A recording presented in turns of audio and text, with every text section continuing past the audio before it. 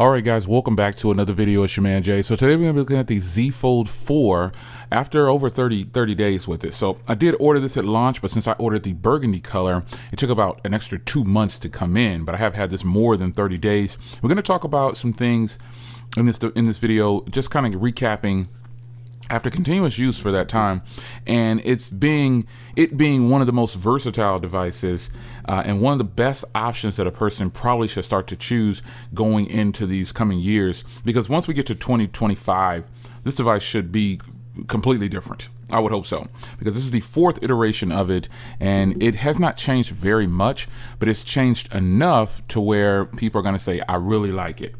But you know, that's kind of how it works. So we are going to get into this device here, and we're going to start with hardware. So hardware, so put this pinned over here. Let's put this here, because there's always some questions about pins. So hardware wise, they've done a little bit of changing to this device. They've made it shorter from the previous generations and a little bit wider, and that plays out into your favor because you get a bigger screen on the outside, and then you also get a wider screen if not a little bit bigger on the inside. It just looks really good. So again, this is a folding device, so this hardware is going to be eclectic in its own. But if you've been around Samsung products for a while, you know that this isn't a new device, so to speak, anymore. This is the 4th generation. So you've got a speaker and several microphones on the top for noise canceling, speaker and microphone and Type-C on the bottom. And then the power button houses the fingerprint reader, and the volume rocker and SIM tray are there. And it does have a SIM tray still, but it also has eSIM. I've been using it with eSIM for, I don't know which generation it was. I've been using eSIM for a very long time. And people are making a big stink out of eSIM now because Apple decided to move their Pro models and all their current 14 lineup to eSIM only. So, you know, it's coming, folks. Get used to it. But this device right here, I've used it with eSIM. I've used it with a regular SIM. It works fine on every aspect of that. So the hardware has this shiny stainless steel around the sides, and then it has a matte back, which I really enjoy. I wish the sides were brushed aluminum, but hey, it is what it is. They've made the hinge smaller. It used to be a bigger hinge on here, but now it's closer to the device, and they're saying that it makes it stronger. They removed some things, just making it a little bit better for daily use. So the overall design of this is a phone that folds open into a tablet. This is basically 2 phones put together. Let me grab the Pixel 7 Pro here real quick. You can see the design here. It's basically the size of a single device and then 2 together. So this shouldn't be too much of a surprise to you that this is going to be a little bit thicker, but actually in reality, folks, it's not very bad. Once you start to hold this device, it's fine. You will not be disappointed with the way this device feels.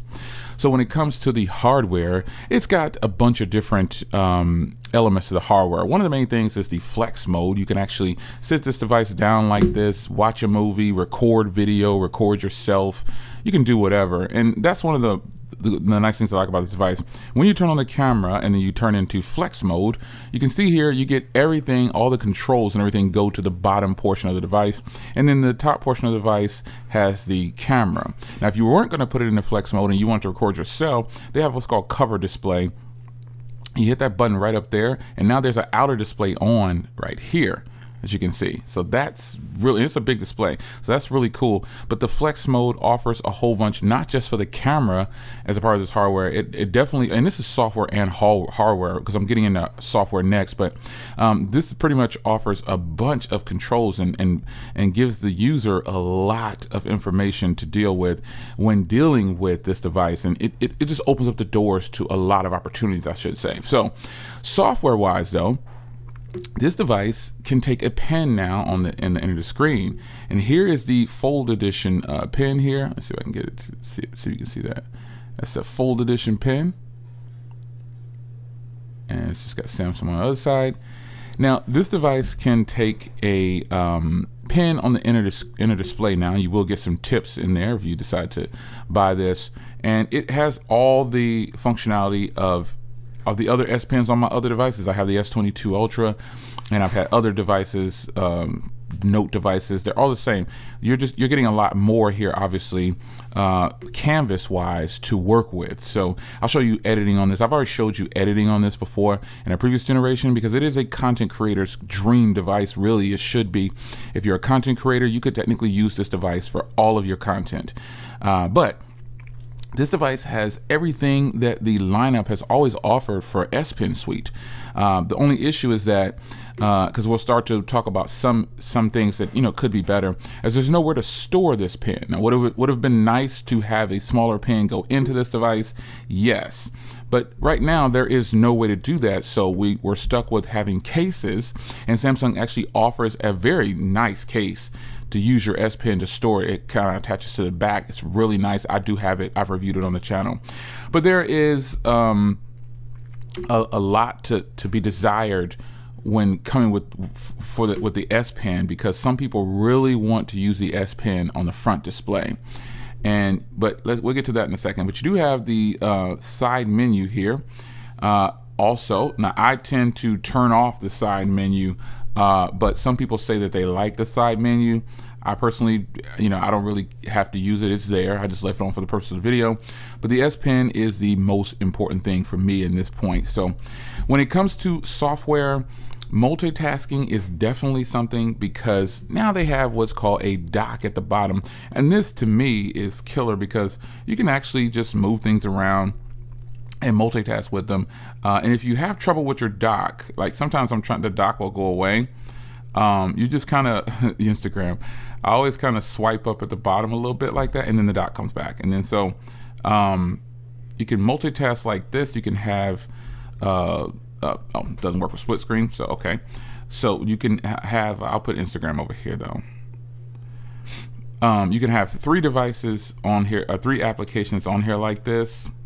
Instagram. Swap these. Oh, nope, not what is that. You can have 3 devices on here like this. And let me see if I can float something else. Yeah.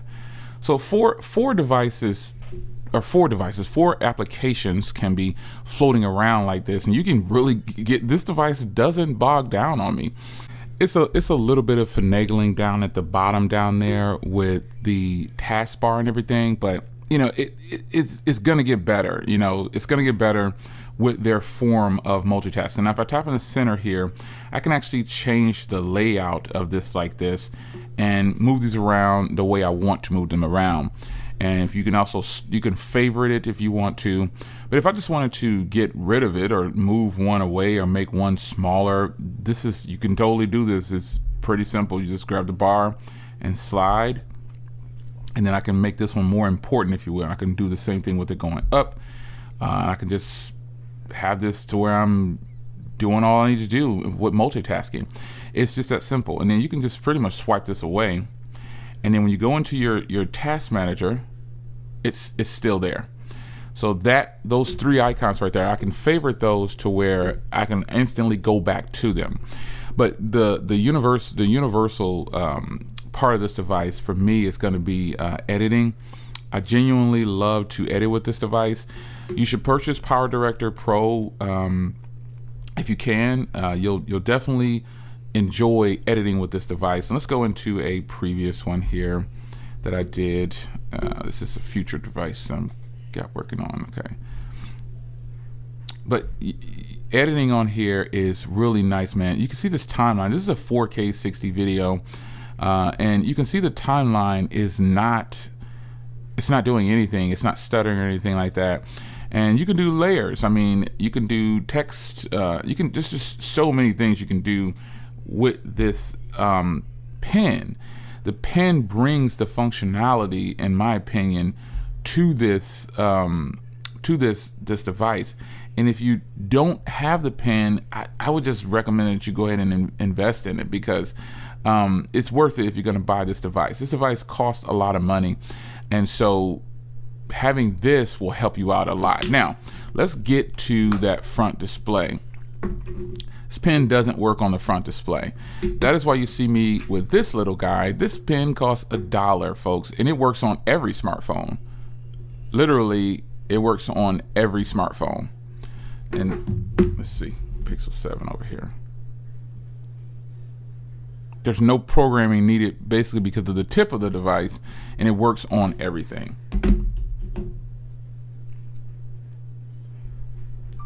Yep, even an iPhone.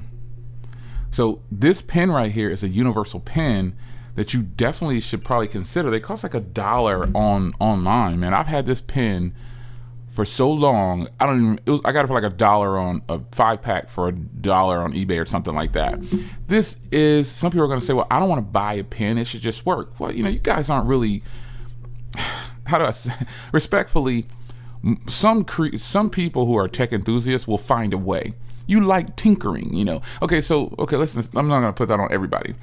All tech enthusiasts don't like tinkering, but most tech enthusiasts that I know personally will find a way to make something work in their favor.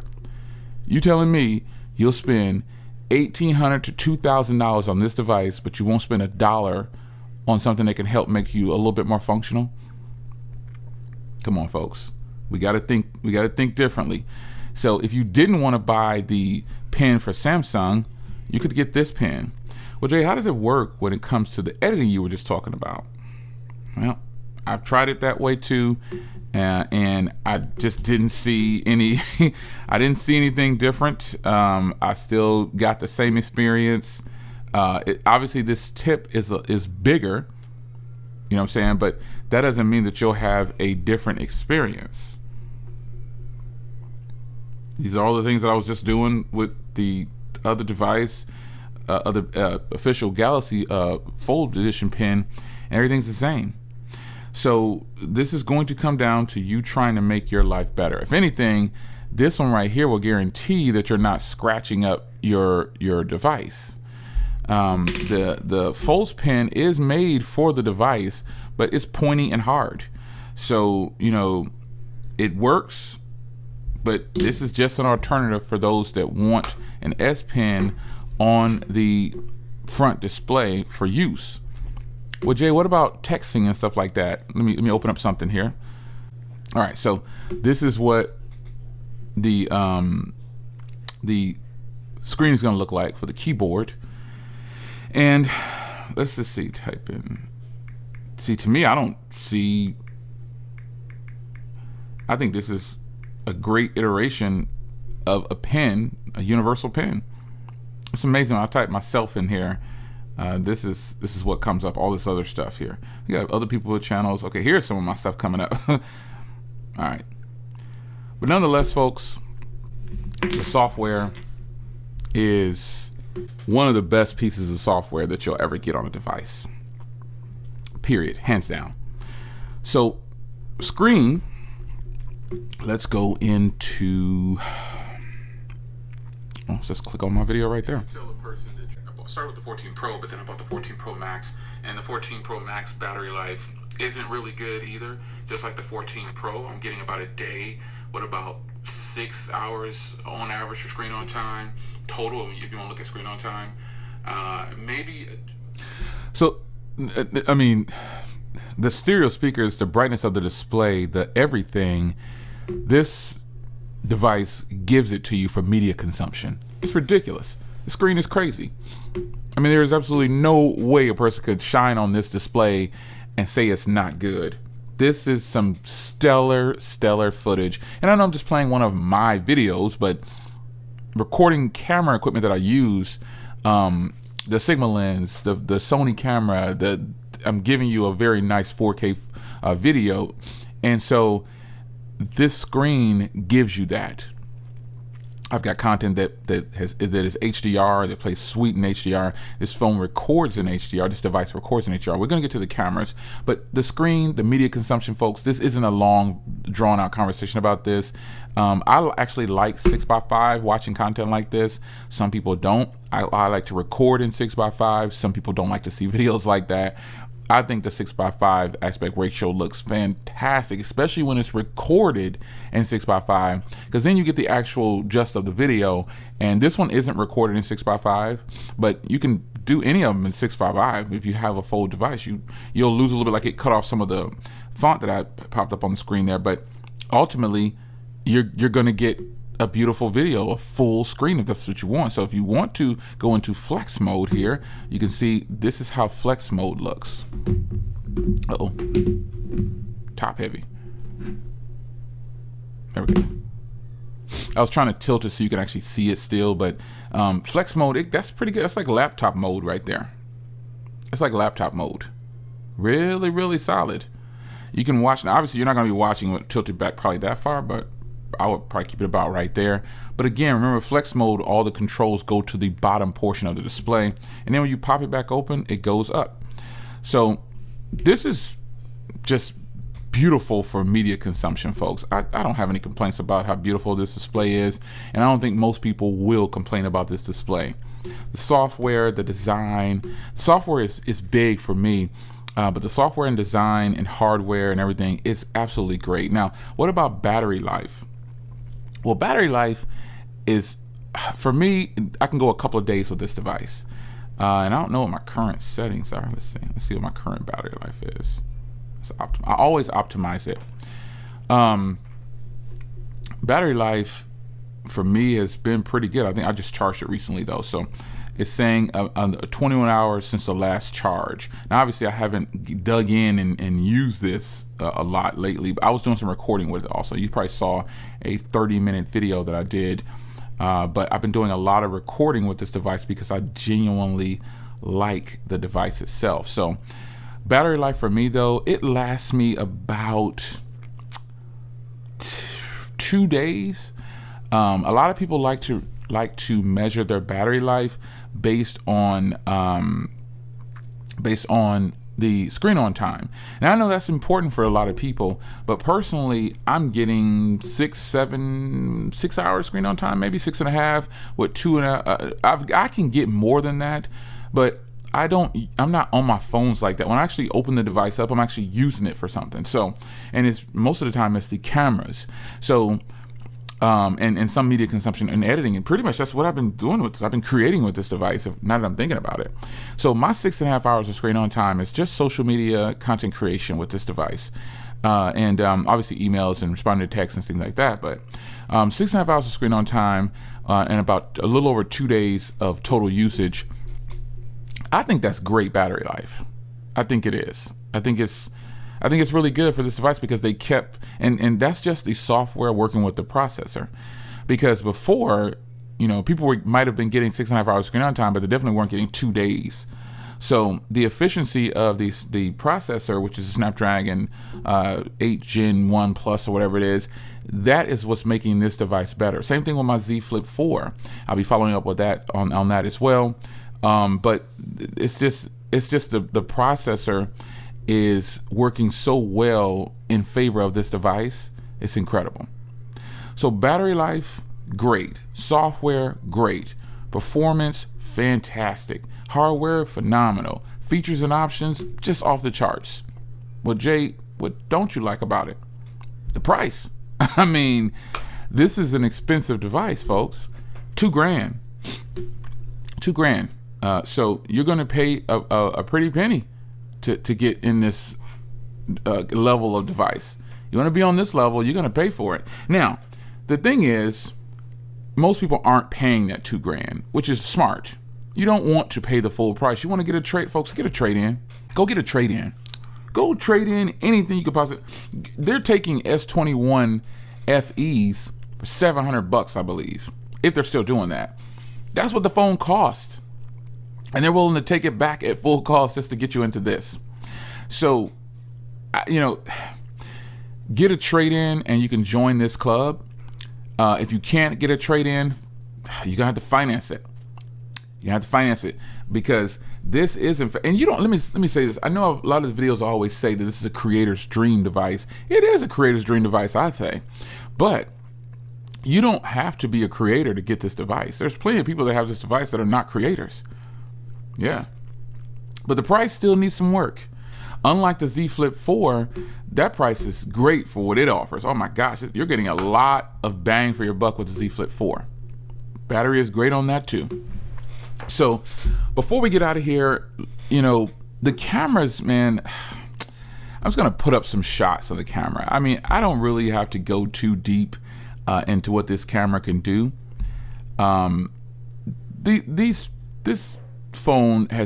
device has proven itself that it is a great set of cameras on the back.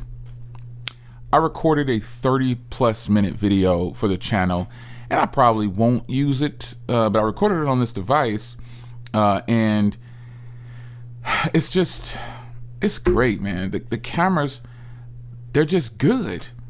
People try to sleep on these cameras and say that they're not better than the S22 Ultra's cameras. They try to say that this phone has better cameras, but in every blind camera test that I've done, folks, every blind camera test, this device won. So I don't think people really know what they want, or they don't know cameras like they think they do. But nonetheless, the cameras are on point. So what do you get when you spend this kind of money? What are you actually getting? Well, you're getting a part of the future of where we are probably going to be for a long time to come. This is probably going to become the standard after a while. And I can tell you when it's going to become the standard. I think you know what I'm going to say. When Apple does it. Unfortunately, Samsung has broken a lot of ground, and they've created a lot of tech that is much better than a lot of other devices out there, but it just doesn't get the love. Now, honorable mention here, this is probably one of my favorite foldable devices, and I think this hardware is even better than the Fold's hardware because it's so freaking thin. Look at how thin that is. So, you know, foldable devices, they're just going to become the thing, folks. The foldable devices, a few people are still saying, it's a niche product and things like that, but I don't believe so. I believe that this is definitely becoming the standard, and we're going to have to adjust to it, because in reality, it is way more convenient to carry one of these devices than to carry a tablet and a phone. You don't need to, but it is way more convenient to do so. And that's just a fact. Now, not to mention all the other goodies like DeX and things like that. DeX is off the charts. I may not use DeX a lot, but I do use DeX. It's not one of my primary things to use, but I do use it. And I think it's okay to have it, even if I don't use it every day. Simply put. So it's your man Jay. The Z Fold 4, after over 30 days of use, man, it is absolutely great. And I didn't expect anything less. I didn't expect a phenomenal battery, but I did expect everything else. And I knew what I was getting into by buying a device at this price. But again, folks, get a trade-in and join us on this side, because foldable devices are fantastic. Google, I'm waiting on you. Apple, what you gonna do? It's your man Jay. See you in the next one. Take care.